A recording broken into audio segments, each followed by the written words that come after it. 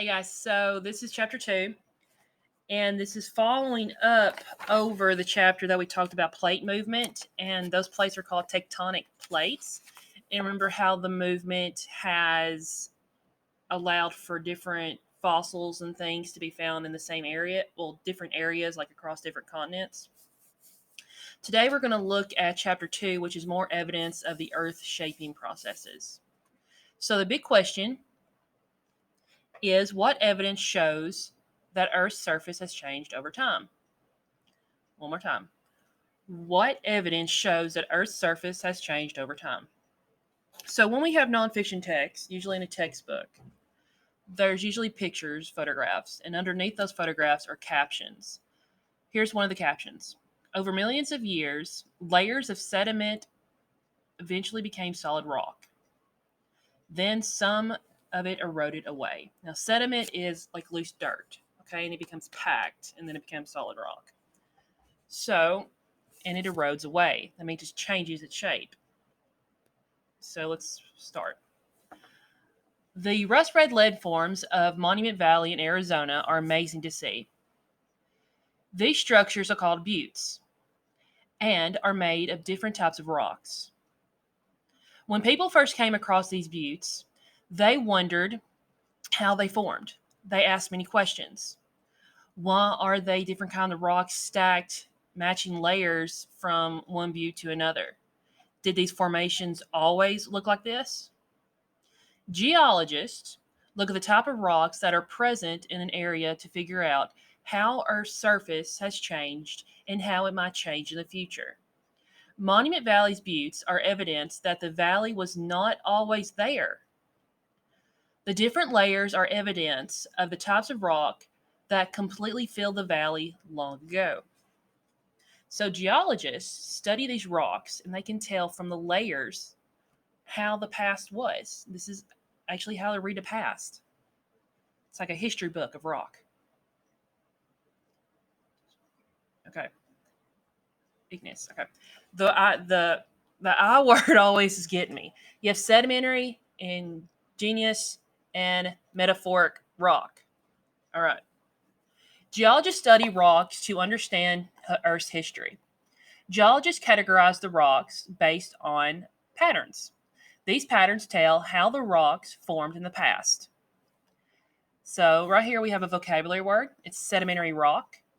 Rock made of sediment packed together. See, I know what I'm talking about a little bit. Sedimentary rock is made of sediment, bits and pieces of rock compacted together. Sediment settles out of water, it's deposited by the wind, or is moved by glaciers. One example of sedimentary rock is sandstone. It is made of grains of sand or sand grains that are cemented together by pressure.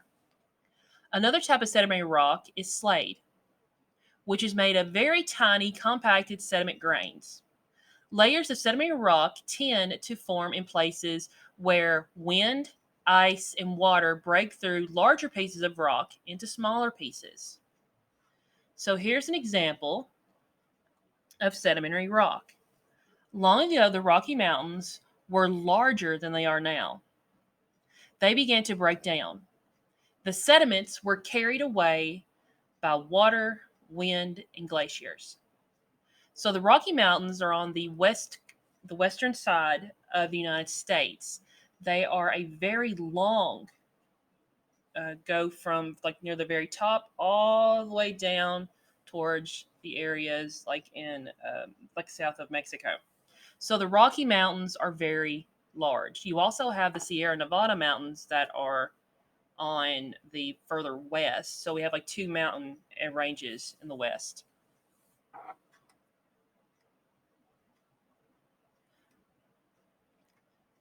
The rock that comes from Earth's interior and is cooled is called igneous rock. Igneous rock. There are different ways for igneous rocks to form. One way is when molten lava erupts from a volcano. Other igneous rocks form when magma intrudes into the Earth's crust but remains stuck there under pressure. So the key word with rock making is pressure. That's what I'm getting so far. The slower cooling process makes different patterns of minerals to show up as visible grains.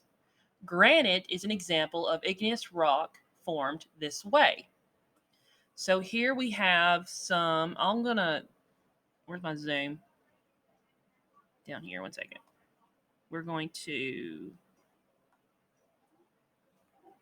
see if I can do this. There we go. So let's see. We have these minerals in lava crystallized in different ways depending on temperature. This explains the variety of igneous rocks. So here are examples of some igneous rocks. And remember, they came mostly from the interior of the earth. And when you have molten lava, that means it's still hot, it's still liquefied. And that means the molten lava is above the Earth's surface. When it's still underneath the Earth's surface, as you can see right here, it's called magma. But they're basically the same thing, they're just in different locations. So there are some examples, and you can see how the different grains form. Let me see if I can get it back to one. Okay, there we go.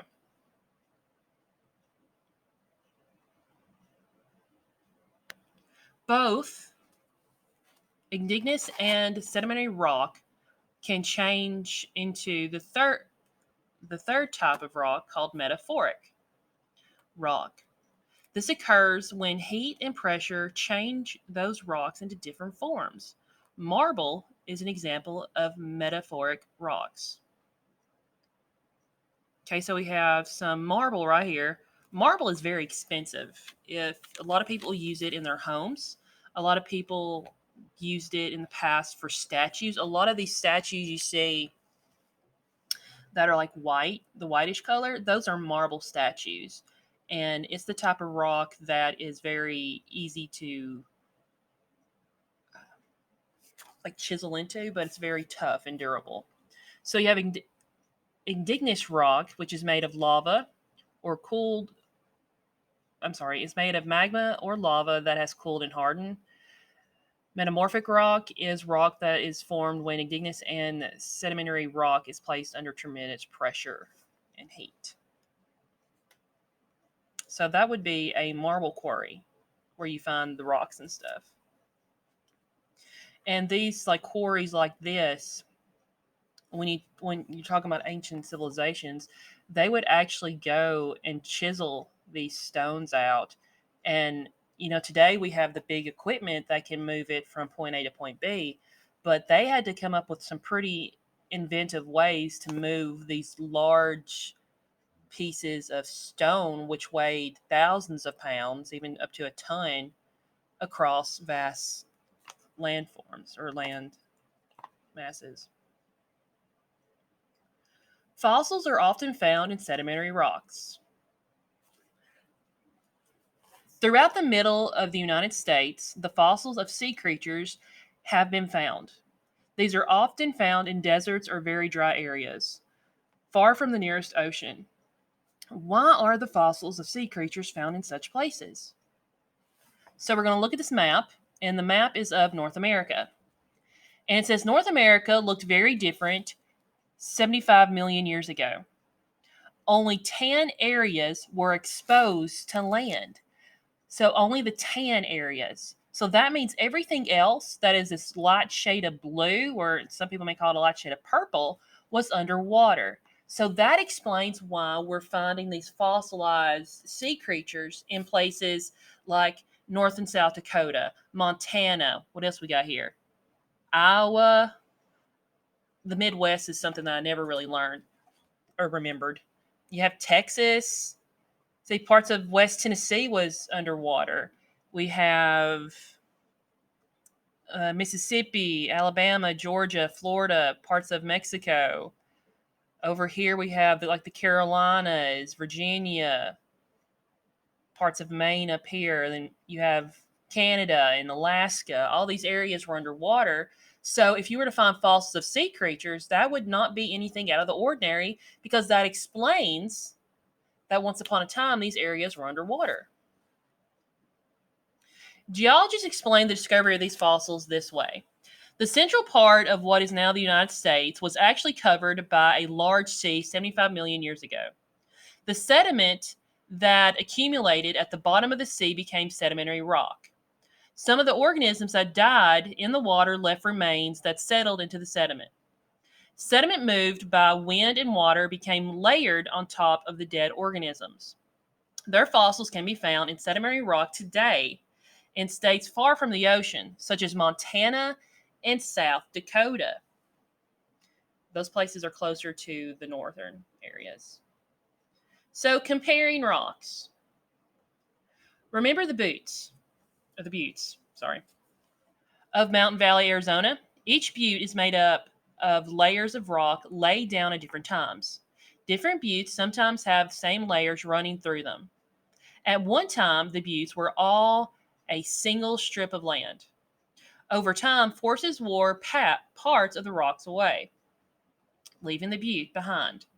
Then some of the butte wore away at different rates than another. Examine the buttes in the picture right here. What do you see? Well, I see a large rock formation that has layers, and the layers are different colors. I see that the ones that are closer to the ground are richer and darker. They're red, and we have even some like brownish black. And then the higher you go, the browner or tanner it gets. Both buttes have layers with the same thickness and color. That's because they were once a single strip of land. Over time, weather wore away the part between them, leaving individual buttes. So what they're saying is over time, these little buttes were one strip of land.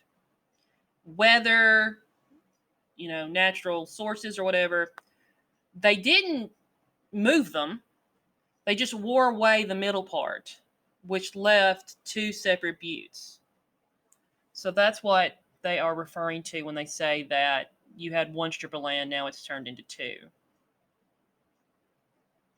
When geologists find similar types of rock in two different locations, they can draw the conclusion about what happened to make the different locations look similar. The Appalachian Mountains in North America, the Appalachian Mountains are the eastern mountains. They're actually what makes up the Smoky Mountains in East Tennessee. And the Caledonian Mountains, which are scattered across northern parts of the British Isles and Scandinavia, have identical rock types and overall shape. How could this happen? So here we have two maps. We have one of the maps that's locating the Appalachian Mountains and the British Isles, where that is, and the Caledonian Mountains. So, would you see if you could slide North America and the northern part of England closer together? So, if we were to slide it closer together, you could actually see that the mountain ranges could do that. So that's another one of, if you remember, Alfred Wagner, who said that the continents were put together like that. So Alfred wondered the same thing. He examined the rock types and landforms in different locations around North America, Africa, and Europe. The mountains of these now distant locations seem to match up in terms of rock types and the continental outline. To Wagner and the other scientists, this was evidence that the mountains formed in one place and then were separated as the continents drifted apart. If two locations are not very far apart, have similar rock layers, but one location is missing one or more layers, geologists have concluded that some process has changed Earth's surface over time. How mountains are formed. Folded rocks are evidence of change. Some kind of force was applied to fold the once flat layers into beautiful wavy formations. As with millions of buildings, these forces can take thousands to millions of years to folds. Some types of mountains form when parts of the Earth's crust push against each other. So you have your plates, and they push against each other. They're pushing up like this. The Earth's plates can meet and push against each other. Both plates may be forced upward One plate may slide beneath and push the other up. These are ways mountains are formed. Because Earth's plates move so slowly, it may take thousands to millions of years for mountains to form. So look at this picture right here. After these layers of sedimentary rock formed, forces caused them to fold. Much later, the plates met and pushed to the top layers up, forming this mountain range. And you can actually see the different layers, the colors. Evidence of major changes. Rocks and rock layers can provide evidence to other major events that changed Earth's surface. Consider this evidence from the rock layers. Here's evidence of causes of dinosaur extinction. One second. Dinosaur fossils have not been found in rock layers that are younger than 65 million years old. The size of different types of fossils from this period dropped sharply as well. This evidence tells scientists approximately that when dinosaurs died. So there's no rocks that are younger than 65 million years old that have any fossils in them. A huge crater is discovered in rock layers in Mexico. This evidence supports the idea that a large asteroid struck Earth. The impact caused shock waves, fires, large waves, and climate change that made it difficult to live on Earth. Third, iridium, a rare element, is found in abundance in layers of rock's Earth from around the same time as the extinction. It is more common in meteorites than in Earth's rocks. I can't read today. The iridium layer is evidence that a large meteorite struck Earth 65 million years ago. All right, so a meteorite. There are different names for meteorites. When a meteorite is in space, floating around, it's called a meteor. All right, it's called a meteor when it's just up there floating up in space. Now, if the meteor gets stuck in Earth's atmosphere, it's going to start moving down. So when that meteor gets into the Earth's atmosphere and starts pushing down, it's called a meteoroid. But as soon as it hits the surface of the Earth, it's called a meteorite. They all come from the same source, but they're different names. So the meteorite was once a meteor, and as it went through Earth's atmosphere, it burned up some of it, so it's not as large. And when it hits the Earth, it's called a meteor. So they're saying when this meteor or meteorite hit the Earth's surface, it left some of itself behind, the iridium. So that's when they found that layer, and it so happens to be around the same time that fossils stopped showing up 65 million years ago.